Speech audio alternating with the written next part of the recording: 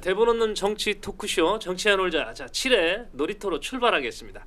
오늘은 우리 그 한국당 국회 등원을 기념해서 제가 유재홍 의원부터 소개를 합니다. 유재홍 전 인천시 의원입니다. 안녕하십니까? 네, 안녕하세요. 반갑습니다. 네, 유재홍입니다. 이성만 더불어 부평지구당 위원장이십니다. 네, 안녕하세요. 네, 이성만입니다. 부평 갑지구당이죠? 갑이죠. 예, 갑입니다. 갑지구당 네. 위원장이십니다. 예, 네, 저는 성기철입니다. 자, 오늘 출발하겠습니다. 지난 한 주 정치계 한번 돌아볼까요?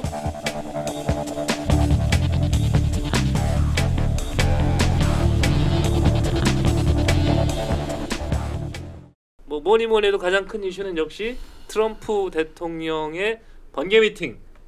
이거 죽였습니다. 예, 세계적으로 이목을 다 집중시켰는데 결국 만났지 않습니까? 많은 그 정치 평론가들이 못 만날 거다 이렇게 얘기했거든요.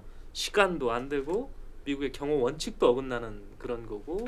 근데 뭐 방탄복도 안 입고 갔다 그렇게 얘기가 나오는데, 자, 어떻게 보셨는지, 그리고 이번 만남 계기로 앞으로 어떻게 전개될 걸로 보시는지 우리 평론 좀 한번 해주시죠. 먼저 이 위원장님 먼저 하실까요? 일단은 뭐 트럼프 이제 미국 대통령과 김정은 국방위원장의 이제 의지를 예. 이제 표명한 어떤 그런 사건이라고 볼 수 있습니다. 네. 그래서 그동안 많은 실무적인 협상 과정을 통해서 실무자들은 아무래도 밀고 땡기기를 하지 않겠습니까? 뭐 더 많은 걸 얻으려고 노력하는데 그런 과정 속에서 지난번 이제 하노이 회담이 좀 교착 상태에 빠진 게 사실입니다. 그래서 어떻게 보면 정상이 예. 우리는 분명히 이걸 할 것이다. 또 하는 것을 가야 된다라는 의지를 표명을 했고요.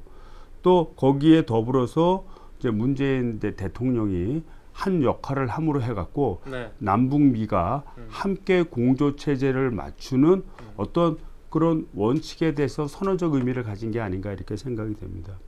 그 다음에 앞으로 전개될 것은 이거를 계기로 해서 네. 이제 실무자들이 이제 그 지도자의 의견을 이제 확인을 했잖아요. 예. 확인을 했으면 이제 그 확인된 결과에 따라서 보다 적극적으로 실무 협상을 나설 것 같고요. 그 결과에 따라서는 참 그 북한 그 비핵화라고 하는 어떤 과제를 달성할 수 있는 어떤 계기를 만들지 않았나 이렇게 생각이 됩니다. 네. 어떤 같은 의견이세요?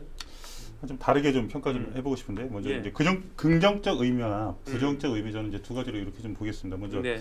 긍정적 의미를 먼저 말씀드리면 한반도의 완전한 비핵화와 예. 그 항구적 평화 구축을 위한 평화 프로세스에 네. 큰 고비를 하나 넘었다 이렇게 좀 긍정적인 평가를 볼 수 있고요. 예.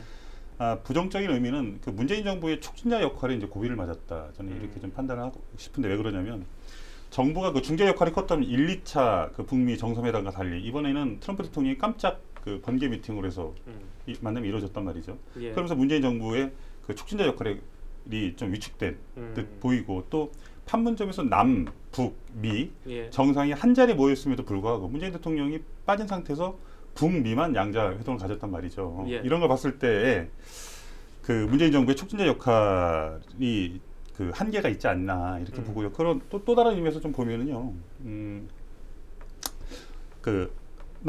우리 저희 정부에서 이제 남북 정상회담에 대해서 한번 제안을 했었고 또 그 미국하고 직접 소통을 원하지 않는다는 그 북한의 발표를 함에도 불구하고 저희 정부에서 그 4월 27일 판문점 그 1주년 기념 공동식 행사라든가 예를 들면 개성공단 기업인 방북이라든가 그 아프리카 돼지열병 예. 이런 거에서 협력을 좀 하자고 했었는데 거의 뭐 그 북한에서 그 반응이 없었단 말이죠. 이런 거 봤을 때는 남한 패싱에 대한 것들이 좀 더 심해질 수 있다. 예. 앞으로 북미 회담이 우리 예. 정부에서는 언제 열릴지 모르는 상황이 올 수도 있고 예. 또 북미 회담보다 남북 회담이 앞으로 더 어렵지 않겠냐 이렇게 좀 그 판단을 했습니다. 예. 네. 일각에서는 또 이런 의견이 있더라고요. 지금 그 트럼프 대통령이 이렇게 적극적으로 나서는 거는 그 자신의 그 선거 때문에 또 그런 면도 있지 않습니까? 선거와 관련돼서 북한 문제를 해결을 해야 어떤 미국 유권자들한테 높은 점수를 받을 건데 마음이 급해가지고 그 북핵 문제를 일괄 타결하지 않고 혹시나 단계별로 승인해 주는 거 아니냐.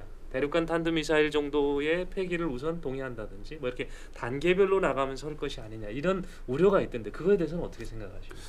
일단은 뭐 선거와 관련해서 이루어진 행동이라는 데 대해서는 뭐 거의 뭐 이론의 여지가 없습니다. 그래서 네.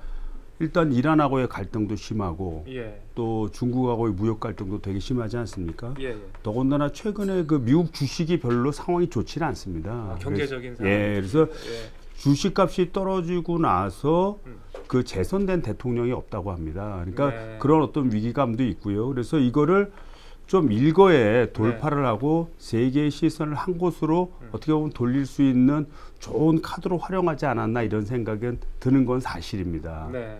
그러나 이것이 우리한테는 그 트럼프 대통령이 가지는 판단이 어떻든 간에 우리 입장에서는 이를 계기로 해서 어떻게 보면 북한의 어떤 비핵화 문제도 해결하고 또 남북 경협이라든지 새로운 돌파구를 만들 수 있는 계기가 된 것은 사실이고요. 예. 그 다음에 어차피 당사자는 이제 북한하고 이제 미국입니다. 예. 당사자는 북한하고 미국이고 우리는 거기서 촉매제 역할을 하고 또 우리의 가져야 되는 기본적인 조건과 상호적으로 이해돼야 될 문제 이런 거를 조정하는 역할을 충실히 하면은 사실 어떻게 보면 남북미가 서로 번영할 수 있는 길을 만들 수 있다고 이렇게 생각이 됩니다. 네.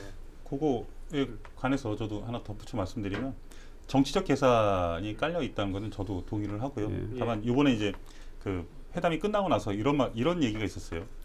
그 각각 북한의 미국 각각 대표를 지정해서 포괄적인 협상과 합의를 하겠다.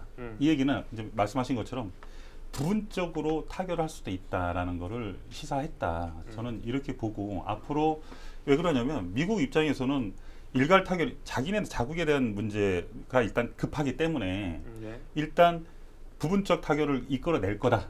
저는 이렇게 보는 거예요. 네. 이번에 회담을 끝나고 나서 얘기했던 내용 중에 이 대목을 저희가 꼭 유심히 좀 지켜봐야 되겠다. 앞으로도 이거에 대해서 검토를 좀 해봐야 되겠다. 이런 생각을 좀 갖고 있습니다. 그 우리 입장에서 봤을 때 꼭 일괄 타결이 좋고 부분 타결이 낫다 이렇게 따질 수는 없습니다. 예. 이게 보통 일괄 타결을 주장하는 사람들이 보통 이번에 북한 비핵화의 문제를 놓고 저거 정치적인 계산이 아니냐라고 비판하는 쪽에서 주로 주장하는 것입니다. 그러니까 예. 어떻게 보면 북한과 미국이 이게 정상화가 돼버리면 그 치적이 네. 트럼프 대통령이나 또는 김정은 위원장이나 또는 문재인 대통령으로 돌아가지 않습니까? 예. 그거를 비판하는 사람들이 주로 네. 완벽한 비핵화를 해야 된다. 네. 그건 하지 않았기 때문에 잘못된 거다라는 비판하는 논리로 삼았던 것입니다. 예. 그래서 저희 입장에서는 그 비판하는 논리에 그대로 따라가기보다는 현실적으로 우리한테 필요한 것을 이어나가면 된다고 생각이 돼요. 그래서 목표는 완벽한 비핵화를 해야겠죠. 예, 예. 하지만 경우에 따라서는 우리의 유연한 전략을 통해서 부분적으로 할 수도 있고요. 이거를 좀 더 확대시켜 나가면서 어떻게 보면 포괄적인 것이 좀 더 명료해지면서 나가는 것도 좋은 방법이라고 생각합니다. 그래서 저희 생각에는 그렇게 생각이 돼요. 좀 더 이게 어떻게 보면 이번 비핵화 문제를 유연성 있게 접근할 수 있는 어떤 계기가 됐다라고 그렇게 생각이 됩니다. 예. 덧붙여 말씀드리면 완벽한 프로세서 하에 단계적 그 비핵화가 일어나야 되는데 일단 하나만 합의를 하고 뒤에를 합의를 하지 않았어요. 저희가 햇빛 정책에 대한 학습 효과가 있잖아요. 예를 들어서 경제적으로 지원을 해줘야 되는데 북한한테 그렇게 되면 근데 어느 부분에 대한 것만 해결을 하고 그거에 대한 것만 받아먹고 비핵화가 만약에 안 일어났을 때의 경우가 있으니 완벽한 프로세스를 다 정해놓고 그거에 따라서 시간은 걸리든 얼마나 걸릴지 그거는 관계없다는 거예요. 다만 이거에 맞춰서 가자는 거죠. 그래서 완벽한 비핵화에 대한 프로세스를 만들어 보자 이런 의미로 좀 생각했으면 좋을 것 같습니다. 그 완벽한 프로세스를 만들게 되면요, 결국은 사람이 하는 일인데 사람이 하는 일이 계획대로 완벽하게 된다는 그런 것도 사실은 이제 쉽지가 않고요.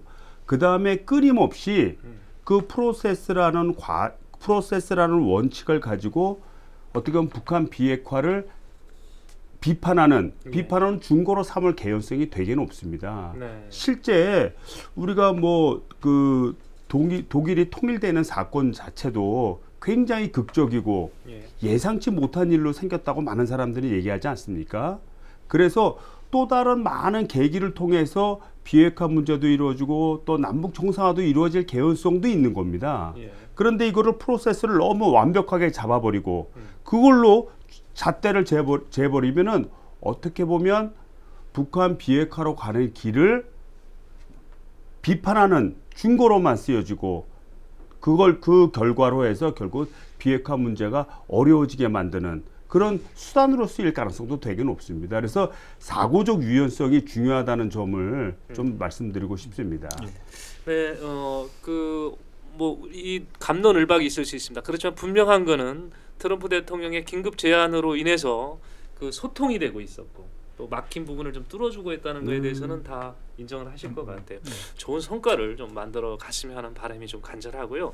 이제 두 번째 우리 그 평론을 요구하는 것이 있습니다.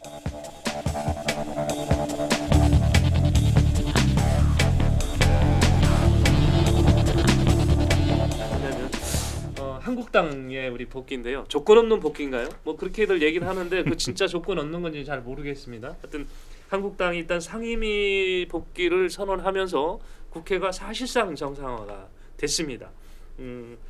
지금 들려오는 얘기는 이제 한국당이 그 정치개혁 사법특별위원이나 아니면 정치개혁이나 사법개혁특별위원회 중에 하나를 받기로 한 것 같아요. 예.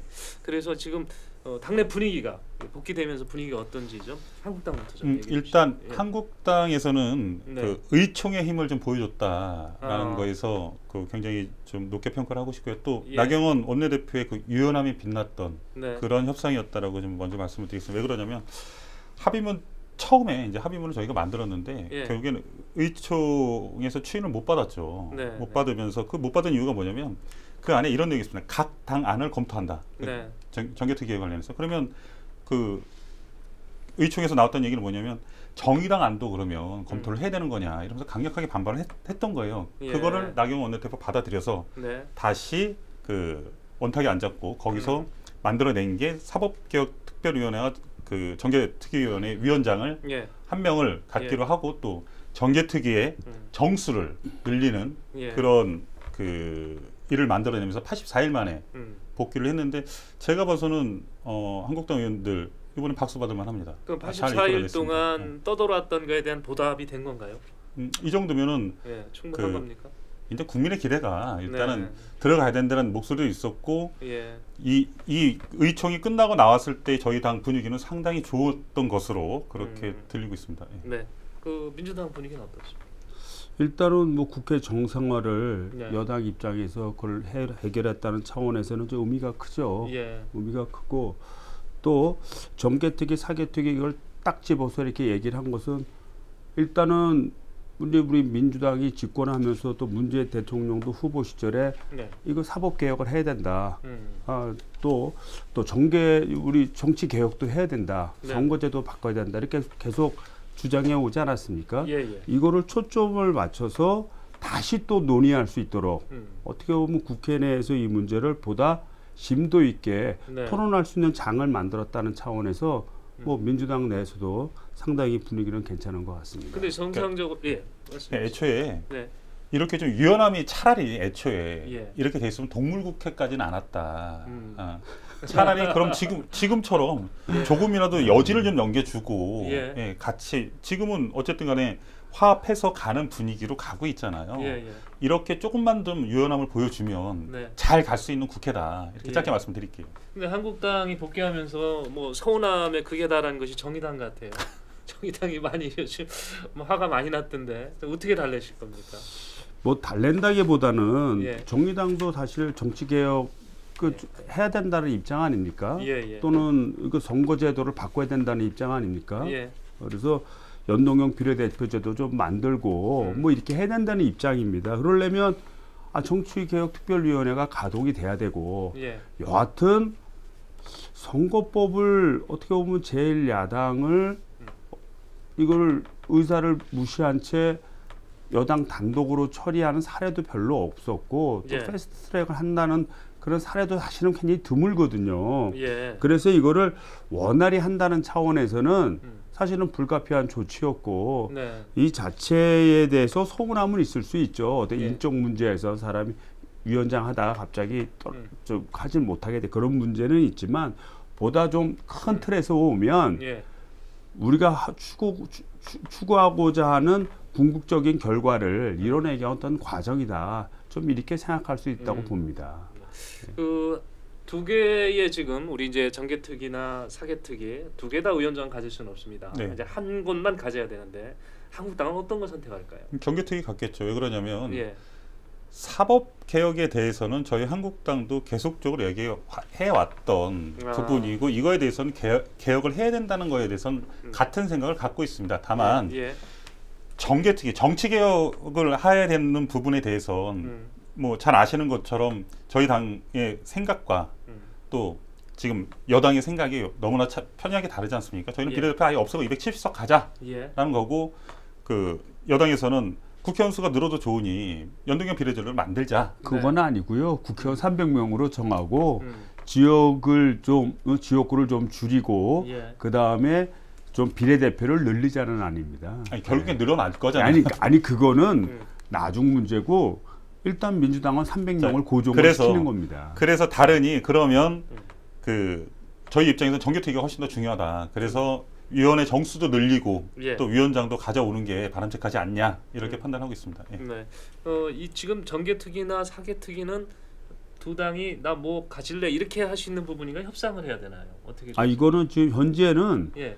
그 두 개 위원장 중에서 민주당이 먼저 선택하게 돼 있는 겁니다. 민주당이 우선권이 있습니까? 그래서 예를 들자면 민주당이 예. 정치개혁특별위원장을 선택을 하면 예. 그 다음에 제1야당인 자유한국당이 네. 사개특별위원장을 사법개혁특별위원장을 맡게 되는 겁니다. 예. 그게 합의 사항입니다. 일단 6월 말까지 지난달 말로 이게 활동 기간은 종료됐던 거 아닌가요? 종료됐고 네. 그 다음에 2달 연장을 하기로 합의를 본 거죠. 2달 연장. 8월 말까지 연장이 되고요. 예. 민주당 입장에서는 윤석열 그 검찰총장이라든가 지금 뭐 앞으로 나올 조국 법무장관이라든가 여러 가지 문제가 있기 때문에 사업적으로 아마 가져갈 거예요. 우리 유권자나 시청자도 궁금하실 것 같은데 지금 그 정개특위나 사개특위 통해서 2달 동안 합의점이 나오면 지금 패스트트랙 태워놓은 거는 그거는 관계가 없습니까? 지금 패스트트랙에다 지금 태워놨잖아요. 이 법에 대해서는 8월 말까지가 시한이니까 예. 거기서 합의가 이루어지면 통과가 되는 거죠. 거기서 통과가 되는 거예요. 예. 그럼 이제 절차를 밟겠죠. 예. 뭐 법사위라든지 뭐 이런 것 절차를 밟겠죠. 예. 나중에 이제 그게 만약에 안 이루어지면 네. 다시 상임위로 넘어갑니다. 네. 예를 들어 정개특위 같은 경우는 행안위로 넘어가고 예. 사법개혁특별위원회 같은 경우는 법사위로 넘어가고 예. 이렇게 되는 거죠. 절차에 대해서도 우리 시청자들이 이해하실 거고요. 하나만 좀 더 여쭙고 다음 코너로 가겠습니다.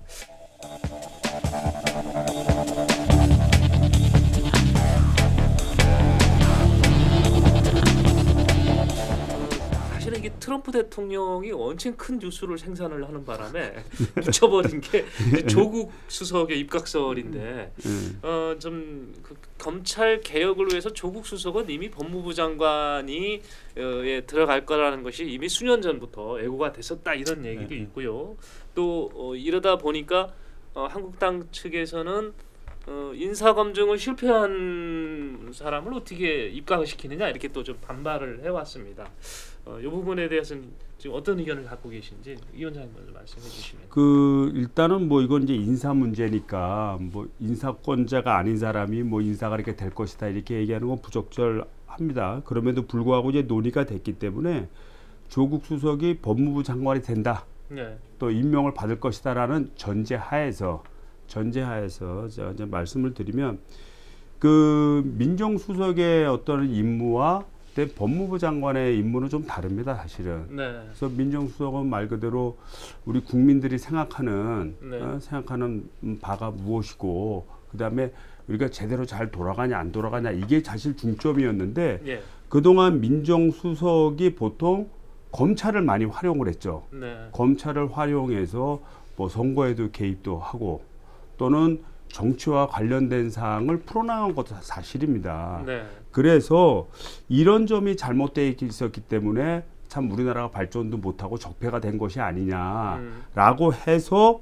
이런 고리를 끊겠다고 조국 수석을 보낸 겁니다. 예. 그래서 조국 수석은 실질적으로 보면 어떻게 보면 민정 파트에 있어서 검찰이 가지는 어떤 정치적인 뭐 조율과 이런 기능을 단절시켜 버리고 이 검찰은 검찰의 순수한 기능으로 가버리고 그다음에 민정수석은 그 보다 본질적인 일에 여러 가지 기관으로부터 얻은 각종 정보, 언론이라든지 이런 받은 정보를 가지고 종합해서 보고하는 그런 형식으로 이제 전환을 한 겁니다. 예.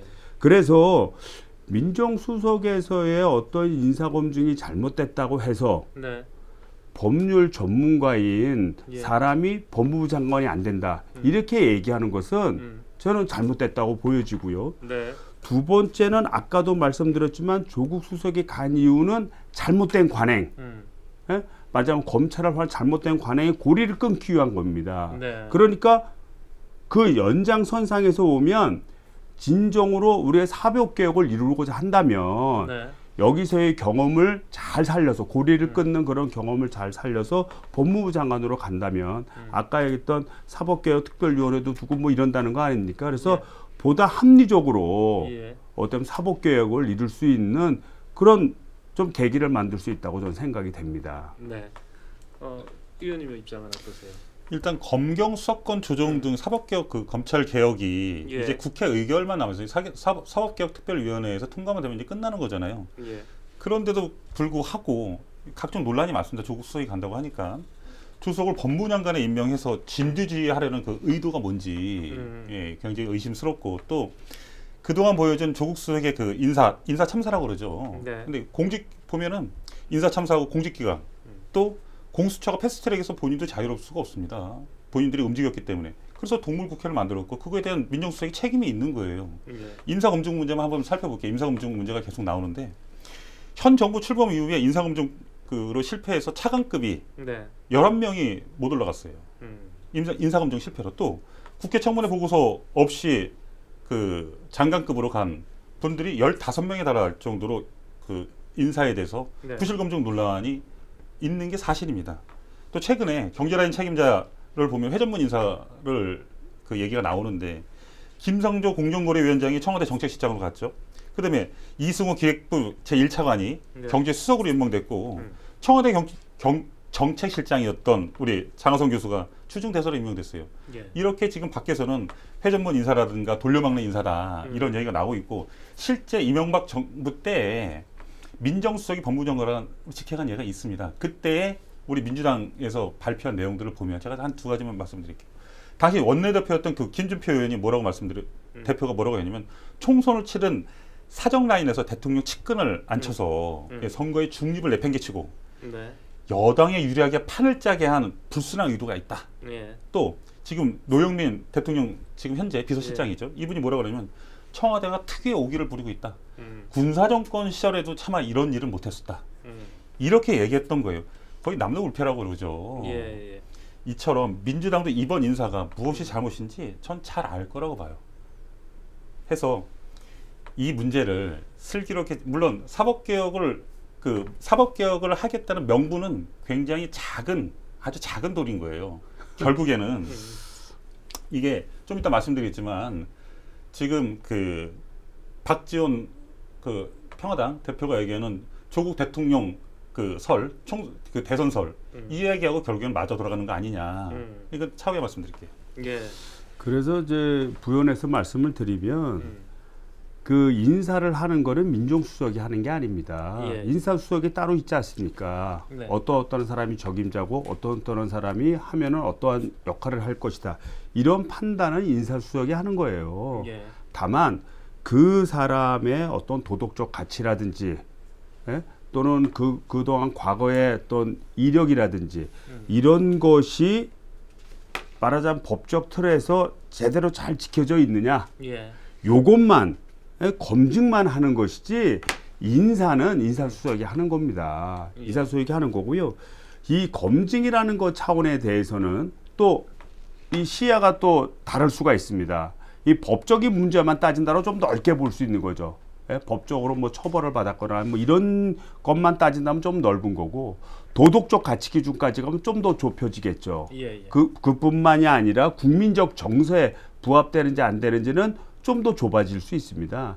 그래서 이 검증이라는 차원에 대해서는 그동안 역대 정권에서 많은 논의가 있었던 것이 사실이에요. 예. 그래서 이 문제를 가지고 마치 인사에 실패한 당사자인 것으로 매도하는 것은 내가 볼 때 좀 문제가 있다. 이렇게 보여지고요.